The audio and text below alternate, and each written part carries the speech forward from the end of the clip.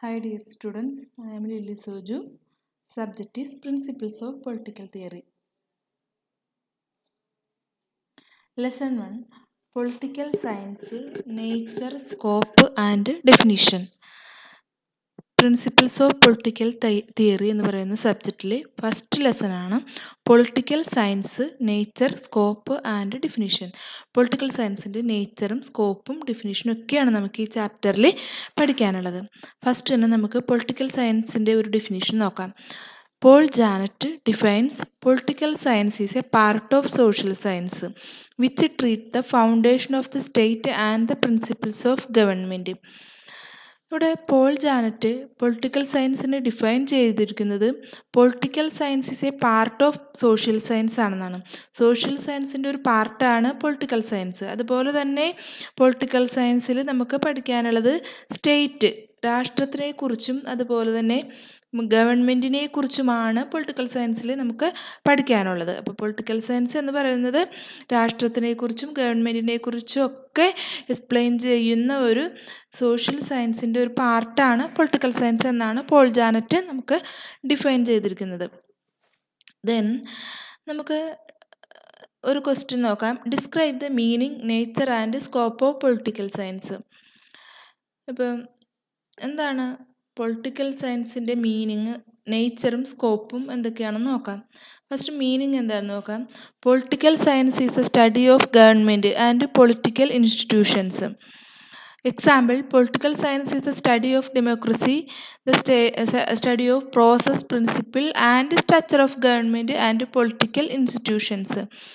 Political science എന്ന് പറയുന്നത് ശരിക്കും പറഞ്ഞാൽ അതൊരു സബ്ജക്റ്റാണ്. പൊളിറ്റിക്കൽ സയൻസ് എന്ന് പറയുന്നത് ഒരു സബ്ജക്റ്റാണ്. ഈ സബ്ജക്റ്റിൽ നമുക്ക് പഠിക്കാനുള്ളത് ഗവൺമെൻറ്റിനെ കുറിച്ചും പൊളിറ്റിക്കൽ ഇൻസ്റ്റിറ്റ്യൂഷനെ കുറിച്ചും, അതായത് രാഷ്ട്രീയത്തിനെ കുറിച്ചും ഗവൺമെൻറ്റിനെ കുറിച്ചും ഒക്കെയാണ് നമുക്ക് ഈ പൊളിറ്റിക്കൽ സയൻസ് എന്ന് പറയുന്ന സബ്ജക്റ്റിൽ പഠിക്കാനുള്ളത്. അതുപോലെ തന്നെ അത് മാത്രമല്ല, പൊളിറ്റിക്കൽ സയൻസിൽ ഒരുപാട് വേറെ കാര്യങ്ങൾ, അതായത് രാജ്യത്തിൻ്റെ ഡെമോക്രസി അല്ലേ, ജനാധിപത്യ ഭരണം എങ്ങനെയാണ്, അതിൻ്റെ ഫീച്ചേഴ്സ് എന്തൊക്കെയാണ്, അങ്ങനെയുള്ള കുറേ കാര്യങ്ങൾ പഠിക്കാനുണ്ട്. അതുപോലെ തന്നെ പ്രിൻസിപ്പിൾസും പ്രോസസ്സും സ്ട്രക്ചർ ഓഫ് ഗവൺമെൻറ്, അങ്ങനെയുള്ള ഒരുപാട് കാര്യങ്ങൾ രാഷ്ട്രീയത്തിനെക്കുറിച്ചും ഗവൺമെൻറ്റിനെക്കുറിച്ചും. ഗവൺമെൻറ്റിൻ്റെ സ്ട്രക്ചർ എന്താണ്? നമുക്കിവിടെ ഇന്ത്യയുടെ ഗവൺമെൻറ്റിന് 2 ഗവൺമെൻറ് ഉണ്ട് അല്ലേ. മുകളിൽ സെൻട്രൽ ഗവൺമെൻറ്, താഴെ സ്റ്റേറ്റ് ഗവൺമെൻറ്. അപ്പോൾ സെൻട്രൽ ഗവൺമെൻറ്റിനെ കുറിച്ചും സ്റ്റേറ്റ് ഗവൺമെൻറ്റിനെ കുറിച്ചും അല്ലെങ്കിൽ രാഷ്ട്രീയത്തിനെക്കുറിച്ചും ജനാധിപത്യത്തെക്കുറിച്ചും ഒക്കെ പഠിപ്പിക്കുന്ന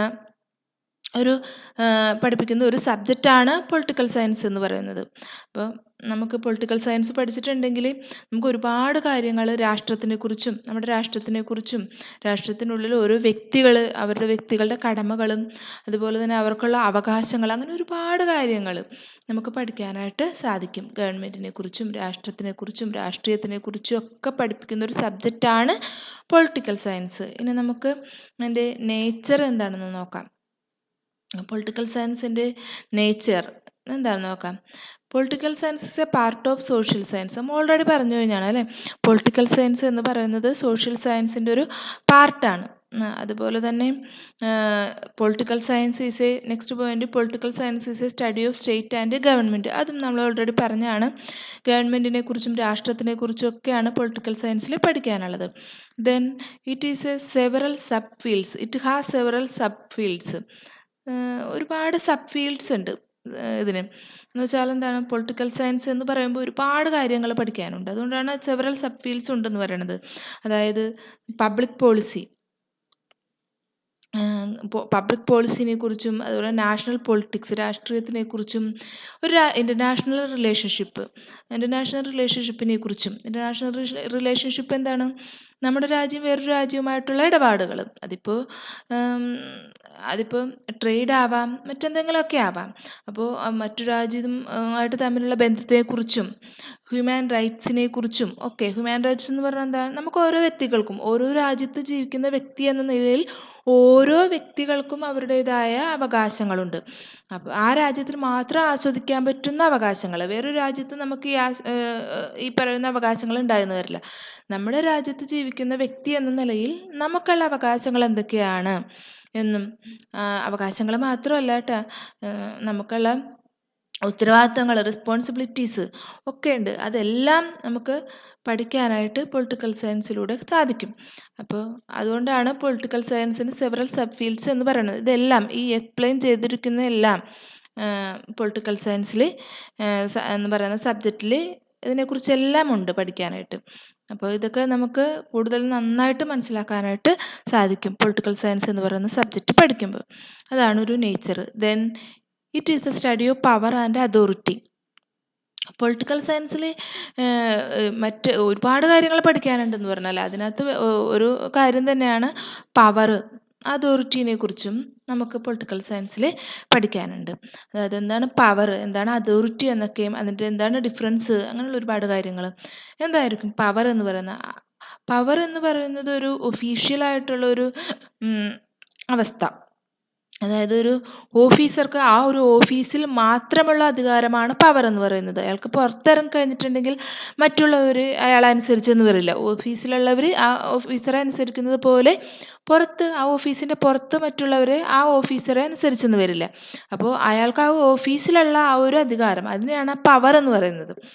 ഇനി അതോറിറ്റി എന്ന് പറയുമ്പോൾ കുറേയും കൂടി വൈഡായിട്ടുള്ളൊരു കോൺസെപ്റ്റാണ്. അതായത് അതോറിറ്റി എന്ന് പറയുമ്പോഴത്തേക്കും കുറച്ചും കൂടിയും വൈഡായിട്ട് പവറുള്ളവർ, അതിനെയാണ് അതോറിറ്റി എന്ന് പറയുന്നത്. ഉദാഹരണം പറഞ്ഞിട്ടുണ്ടെങ്കിൽ ഒരു മുഖ്യമന്ത്രിക്കുള്ള മുഖ്യമന്ത്രിക്കുള്ള പവറിന് അതോറിറ്റി എന്ന് പറയുന്നത്. അതൊരു സംസ്ഥാനം മുഴുവനും ഭരിക്കാൻ ഉള്ള ആ ഒരു അനുസരിപ്പിക്കാനുള്ള ആ ഒരു പവർ മുഖ്യമന്ത്രിക്കുണ്ട്. അപ്പോൾ അതിനെ അതോറിറ്റി എന്ന് പറയും. അപ്പം പവറിനേക്കാൾ കുറച്ചും കൂടി കൂടുതൽ അധികാരമുള്ളവരാണ് അതോറിറ്റി ഉള്ളവർ. ഇപ്പോൾ പോലീസ് ഓഫീസർക്ക് ഉള്ള ഒരു അതോറിറ്റി, ഗവൺമെൻറ് നിർദ്ദിഷ്ട ഗവൺമെൻറ് ഓരോരുത്തർക്ക് കൊടുത്തിട്ടുള്ള ആ ഒരു അധികാരത്തിനെയാണ് അതോറിറ്റി എന്ന് പറയുന്നത്. അപ്പം അങ്ങനെയുള്ള കുറേ കാര്യങ്ങളെക്കുറിച്ച് പഠിക്കാനായിട്ട് പൊളിറ്റിക്കൽ സയൻസിൽ സാധിക്കും. അതാണ് ഇത്രയും കാര്യങ്ങളാണ് പൊളിറ്റിക്കൽ സയൻസിൻ്റെ നേച്ചർ. ഇത് മാത്രമല്ല ഒരുപാട് പൊളിറ്റിക്കൽ സയൻസിൻ്റെ നേച്ചേഴ്സ് ഉണ്ട്. എന്നാലും നമുക്ക് ഇത്രയും കാര്യങ്ങൾ പഠിക്കാം ഇപ്പോൾ തൽക്കാലം. Then next point, scope of political science. ഇവിടെ കണ്ടല്ലോ, സ്കോപ്പ് ഓഫ് പൊളിറ്റിക്കൽ സയൻസ് എന്താണെന്ന് നോക്കാം. സ്കോപ്പ് ഓഫ് പൊളിറ്റിക്കൽ സയൻസ് എന്ന് പറയുമ്പോൾ പൊളിറ്റിക്കൽ സയൻസിൻ്റെ സ്കോപ്പ് എത്രത്തോളം ഉണ്ട് പൊളിറ്റിക്കൽ സയൻസിൻ്റെ സ്കോപ്പ് എന്ന്. അതായത് പൊളിറ്റിക്കൽ സയൻസ് പഠിച്ചാൽ നമുക്ക് എന്തെല്ലാം കാര്യങ്ങൾ മനസ്സിലാക്കാനായിട്ടൊക്കെ സാധിക്കും. അപ്പോൾ അതിനെയാണ് സ്കോപ്പ് എന്നുകൊണ്ട് ഉദ്ദേശിക്കുന്നത്. അപ്പോൾ പൊളിറ്റിക്കൽ സയൻസ് പഠിച്ച ഒരു വ്യക്തിക്ക് ഒരുപാട് കാര്യങ്ങൾ മനസ്സിലാക്കാനും പഠിക്കാനും ഒക്കെ സാധിക്കും. അതുകൊണ്ട് തന്നെ the scope of political science is vast. ഒരു വലിയൊരു സ്കോപ്പ് തന്നെ പൊളിറ്റിക്കൽ സയൻസിനുണ്ട് എന്ന് പറയാം. എന്തെല്ലാം ആണ് സ്കോപ്പ് എന്ന് പോയിൻ്റായിട്ട് ഇവിടെ എഴുതിയിട്ടുണ്ട്. നമുക്ക് നോക്കാം. ഒരുപാട് സ്കോപ്പ് ഉണ്ട്, എന്നാലും അതിൽ കുറച്ച് സ്കോപ്പ് എടുത്ത് നമുക്ക് പഠിക്കാം. പോയിന്റിൽ പറഞ്ഞേക്കണത്, experts have divided the fields of political science into 5 sub disciplines. Experts, അതായത് പൊളിറ്റിക്കൽ സയൻസ് എടുത്ത് പഠിച്ച് അതിൽ എക്സ്പെർട്ടായിട്ടുള്ള വ്യക്തികളെയാണ് എക്സ്പെർട്ടേഴ്സ് എന്ന് പറയുന്നത്. ഇവിടെ പൊളിറ്റിക്കൽ സയൻസിൻ്റെ എക്സ്പെർട്ടേഴ്സ് എന്ന് പറയുന്നത്. അവർ പൊളിറ്റിക്കൽ സയൻസിനെ 5ആയിട്ട് ഡിവൈഡ് ചെയ്തിട്ടുണ്ട്. അത് ഒന്ന് പൊളിറ്റിക്കൽ തിയറി, അതായത് പൊളിറ്റിക്കൽ സയൻസിൽ കുറേ തിയറികളൊക്കെ ഉണ്ട്. എന്താണ് പൊളിറ്റിക്കൽ സയൻസ്, എന്താണ് പൊളിറ്റിക്സ്, എന്താണ് എന്നൊക്കെ പറയുന്ന ആ ഒരു ഭാഗം. ദെൻ പബ്ലിക് അഡ്മിനിസ്ട്രേഷൻ, നമ്മുടെ ഭരണത്തിനെക്കുറിച്ച്, അല്ലേ, ഗവൺമെൻറ്റിൻ്റെ ഭരണത്തിനെക്കുറിച്ച് പഠിക്കുന്ന ഒരു ഭാഗം. പിന്നെ കമ്പാരിറ്റീവ് പൊളിറ്റിക്സ്, മത്സരം നിറഞ്ഞ ഒരു രാഷ്ട്രീയം, അതിനെക്കുറിച്ച് പഠിക്കാനുണ്ട്.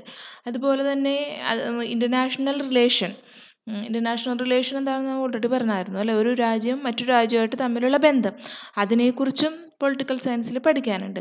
പിന്നെ പബ്ലിക് ലോയും പഠിക്കാനുണ്ട്. അപ്പം എക്സ്പെർട്ടേഴ്സ് പൊളിറ്റിക്കൽ സയൻസ് എന്ന് പറയുന്ന ആ സബ്ജക്റ്റിനെ 5ആയിട്ട് ക്ലാസിഫൈ ചെയ്ത കാരണം 5 കാര്യങ്ങളും കൂടുതൽ ആഴത്തിൽ, ഓരോ കാര്യങ്ങൾ എടുത്തിട്ടുണ്ടെങ്കിൽ അതിൽ കൂടുതൽ ആഴത്തിൽ ആ ഓരോ കാര്യങ്ങളും പഠിക്കാനായിട്ട് പൊളിറ്റിക്കൽ സയൻസ് എന്ന് പറയുന്ന സബ്ജക്റ്റിലൂടെ നമുക്ക് സാധിക്കും. Then next, it traditionally begins and ends with the state. ഈ പൊളിറ്റിക്കൽ സയൻസ് എന്ന് പറയുന്ന സബ്ജക്റ്റ് ശരിക്കും പറഞ്ഞ ഒരു സ്റ്റേറ്റിൽ നിന്ന് തുടങ്ങുകയും സ്റ്റേറ്റിൽ അവസാനിക്കുകയും ചെയ്യുന്നു എന്ന് പറയാം. അതായത് വേറെ ഒന്നുമല്ല, പൊളിറ്റിക്കൽ സയൻസ് എന്ന് പറയുന്ന സബ്ജക്റ്റിൽ നമുക്ക് സ്റ്റേറ്റിനെക്കുറിച്ച് അല്ലെങ്കിൽ നമ്മുടെ രാഷ്ട്രത്തിനെക്കുറിച്ച് വളരെ വിശദമായിട്ട് പഠിക്കാനായിട്ട് സാധിക്കും. ഈ രാഷ്ട്രം എന്ന് പറയുന്ന നമ്മുടെ രാഷ്ട്രം എന്ന് പറയുന്ന ഇന്ത്യ, ഈ ഇന്ത്യയുടെ ഉത്ഭവം തുടക്കം എങ്ങനെയായിരുന്നു, അത് തുടങ്ങി ഇപ്പോൾ വരെയുള്ള ഒരുപാട് കാര്യങ്ങളൊക്കെ നമുക്ക് പൊളിറ്റിക്കൽ സയൻസിലൂടെ നമുക്ക് മനസ്സിലാക്കാനായിട്ട് സാധിക്കും, നമ്മുടെ രാഷ്ട്രത്തിനെക്കുറിച്ച് വിശദമായിട്ട്. അതുകൊണ്ടാണ് അങ്ങനെ എഴുതിയിരിക്കുന്നത്. ദെൻ ദ സ്കോപ്പ് ഇൻക്ലൂഡ്സ്, ഇത്തരം കാര്യങ്ങൾ മാത്രമല്ല, scope includes the state and political system. ഞാൻ ഓൾറെഡി പറഞ്ഞു കഴിഞ്ഞല്ലേ, സ്റ്റേറ്റിനെ കുറിച്ച് മനസ്സിലാക്കാനായിട്ടും പഠിക്കാനായിട്ടൊക്കെ സാധിക്കും. അതുപോലെ തന്നെ പൊളിറ്റിക്കൽ സിസ്റ്റത്തിനെ കുറിച്ചും. പൊളിറ്റിക്കൽ സിസ്റ്റം എന്ന് പറഞ്ഞാൽ എന്താ? രാഷ്ട്രീയം. ഓരോ രാജ്യത്തിനും അതിൻ്റെതായ രാഷ്ട്രീയം ഉണ്ടാവും അല്ലേ? ആ രാഷ്ട്രീയത്തിനെ കുറിച്ചും വളരെ നന്നായിട്ട് പഠിക്കാനും മനസ്സിലാക്കാനും ഒക്കെ സാധിക്കും നമുക്ക് പൊളിറ്റിക്കൽ സയൻസ് പഠിച്ചിട്ടുണ്ടെങ്കിൽ. അപ്പം ദെൻ നെക്സ്റ്റ് പോയിന്റിൽ covering the study of government പറഞ്ഞതാണല്ലേ. കവറിങ് ദ സ്റ്റഡി ഓഫ് ഗവൺമെൻറ്റിനെ കുറിച്ച്. പിന്നെ എന്താ പറഞ്ഞേക്കണം? Power of study of man, ഓരോ വ്യക്തികളെക്കുറിച്ച്. അതുപോലെ ഹിസ് പൊളിറ്റിക്കൽ ബിഹേവിയർ, ആ വ്യക്തികളുടെ പൊളിറ്റിക്കൽ ബിഹേവിയറിനെ കുറിച്ച്, അല്ലെ, രാഷ്ട്രീയ പെരുമാറ്റം, അല്ലെ, അങ്ങനെയുള്ള ഒരുപാട് കാര്യങ്ങൾ പഠിക്കാനായിട്ട് സാധിക്കും. അങ്ങനെ ഒരു വൈഡായിട്ടുള്ളൊരു സ്കോപ്പ് തന്നെയുണ്ട് പൊളിറ്റിക്കൽ സയൻസിന്. ദെൻ ലാസ്റ്റ് പോയിന്റ് സ്കോപ്പിൽ it is also study of political issues. Political പരമായിട്ടുള്ള കാര്യങ്ങൾ മാത്രമല്ല, ഈ പൊളിറ്റിക്കൽ പരമായിട്ടുള്ള ഇഷ്യൂസ് എന്ന് പറഞ്ഞാൽ എന്താണ്? പ്രശ്നങ്ങൾ. With influence politics directly or indirectly, രാഷ്ട്രീയത്തിനെ ഡയറക്റ്റായിട്ടോ ഇൻഡയറക്റ്റായിട്ടോ ബാധിക്കുന്ന ഇഷ്യൂസ്, പ്രശ്നങ്ങൾ എന്തൊക്കെയാണ്, അങ്ങനെയുള്ള ഒരുപാട് കാര്യങ്ങൾ കൂടെ പൊളിറ്റിക്കൽ സയൻസ് പഠിച്ചാൽ നമുക്ക് മനസ്സിലാക്കാനായിട്ട് സാധിക്കും. അപ്പം ഒരുപാട് കാര്യങ്ങൾ പഠിക്കാനും മനസ്സിലാക്കാനും നമ്മുടെ രാഷ്ട്രീയത്തിനെക്കുറിച്ചും ഗവൺമെൻറ്റിനെക്കുറിച്ചും അധികാരങ്ങളെക്കുറിച്ചും അധികാരികളെക്കുറിച്ചും ഒക്കെ നമുക്ക് പഠിക്കാനായിട്ട് സാധിക്കുന്നത് കൊണ്ട് തന്നെ പൊളിറ്റിക്കൽ സയൻസിന് വെരി വൈഡായിട്ടുള്ളൊരു സ്കോപ്പ് ഉണ്ടെന്ന് പറയാം. Then next question. ഈ ചാപ്റ്റർ വളരെ ചെറിയൊരു ലെസണാണ്, അപ്പം നമുക്ക് അധികം കാര്യങ്ങളൊന്നും ഇതിൽ പഠിക്കാനില്ല. Next point, political science is art or science? Comment. എന്താണ് ചോദിച്ചിരിക്കുന്നത് നെക്സ്റ്റ് ക്വസ്റ്റ്യനിൽ? പൊളിറ്റിക്കൽ സയൻസ് എന്ന് പറയുന്നത് ആർട്ടാണ് സയൻസ് ആണ് എന്നൊക്കെ പറയുന്നു. അതിനെക്കുറിച്ചൊന്ന് വിശദീകരിക്കാനാണ് പറയണത്. ശരിക്കും പറഞ്ഞാൽ പൊളിറ്റിക്കൽ സയൻസ് എന്ന് പറയുന്നത് ആർട്ടും ആസ് വെൽ ആസ് സയൻസുമാണ്. ആർട്ടുമാണ്, അതോടൊപ്പം തന്നെ ഇത് സയൻസുമാണ്. അതായത് അതിൻ്റെ എക്സ്പ്ലനേഷൻ നോക്കാം. സയൻസാണ്, ആർട്ടാണ് പൊളിറ്റിക്കൽ സയൻസ് എന്ന് പറയാൻ കാരണം എന്താണെന്ന് നോക്കാം. There is A great deal of controversy over the question whether political science is A science or art. അതായത് ഒരുപാട് എക്സ്പെർട്ടേഴ്സ്, പൊളിറ്റിക്കൽ സയൻസ് പഠിച്ച അതിൻ്റെ ഒരുപാട് എക്സ്പെർട്ടേഴ്സ് പൊളിറ്റിക്കൽ സയൻസ് ആർട്ടാണെന്നും അത് ആർട്ടല്ല എന്നും സയൻസ് ആണെന്നും സയൻസ് അല്ല എന്നൊക്കെ പറയുന്ന വിവാദങ്ങൾ ഒരുപാട് ഉയർത്തിക്കൊണ്ടുവന്നിട്ടുണ്ട്. ചിലർ പറയും ഇത് സയൻസ് ആണ്, ചിലർ പറയും സയൻസ് അല്ല. അങ്ങനെ ഇത് ശരിക്കും ഒരു കറക്റ്റായിട്ടുള്ളൊരു ഇതിൽ എത്തിച്ചേരാനായിട്ട് സാധിക്കില്ലെങ്കിൽ പോലും നമുക്ക് ശരിക്കും പറഞ്ഞാൽ political science is an art as well as science എന്ന് പറയാം. ബോത്ത് രണ്ടുമാണെന്ന് നമുക്ക് പറയാം കേട്ടോ. അതിൻ്റെ കാരണം എന്താണെന്ന് താഴേക്ക് നോക്കാം. ഇതൊരു സയൻസ് ആണെന്ന് പറയാൻ കാരണം എന്താണെന്ന് നോക്കാം. It is A science. ഇത് സയൻസ് ആണെന്ന് പറയും because means A body of systematic. Science ഉണ്ട് കേട്ടോ. Science means A body of systematic knowledge arranged on the certain principles. Science എന്ന് പറയുമ്പോഴത്തേക്കും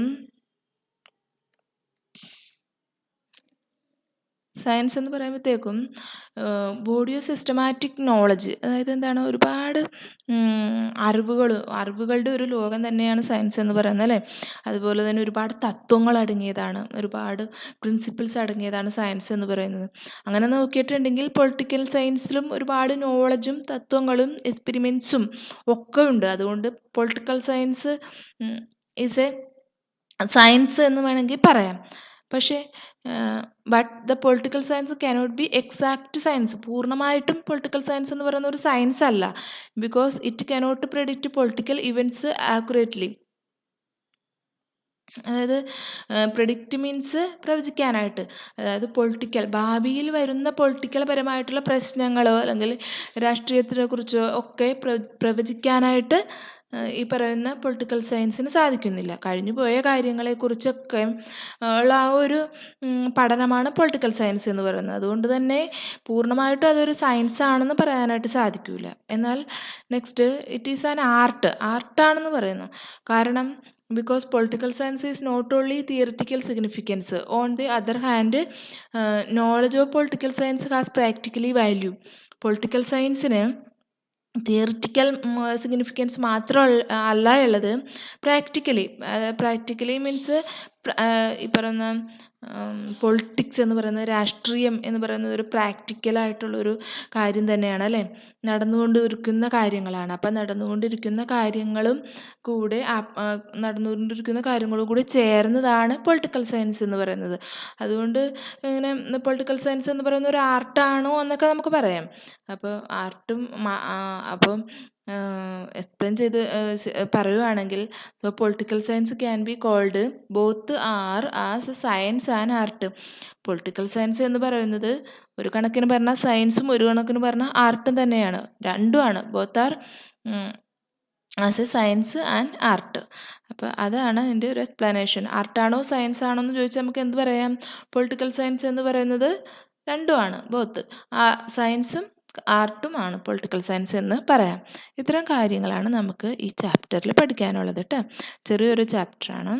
പൊളിറ്റിക്കൽ സയൻസ് എന്താണ്, അതിൻ്റെ സ്കോപ്പും ഡിഫിനീഷനും നേച്ചറും പഠിച്ചു. അതുപോലെ തന്നെ പൊളിറ്റിക്കൽ സയൻസ് ആർട്ടാണോ സയൻസ് ആണോ എന്ന് കമൻറ്റ് ചെയ്യാൻ പറഞ്ഞു. നമ്മൾ എക്സ്പ്ലെയിൻ ചെയ്തു പൊളിറ്റിക്കൽ സയൻസ് ആർട്ടുമാണ് സയൻസുമാണ് എന്ന് കമൻറ്റ് ചെയ്തു. അതിൻ്റെ കാരണങ്ങളും പറഞ്ഞു. Thank you.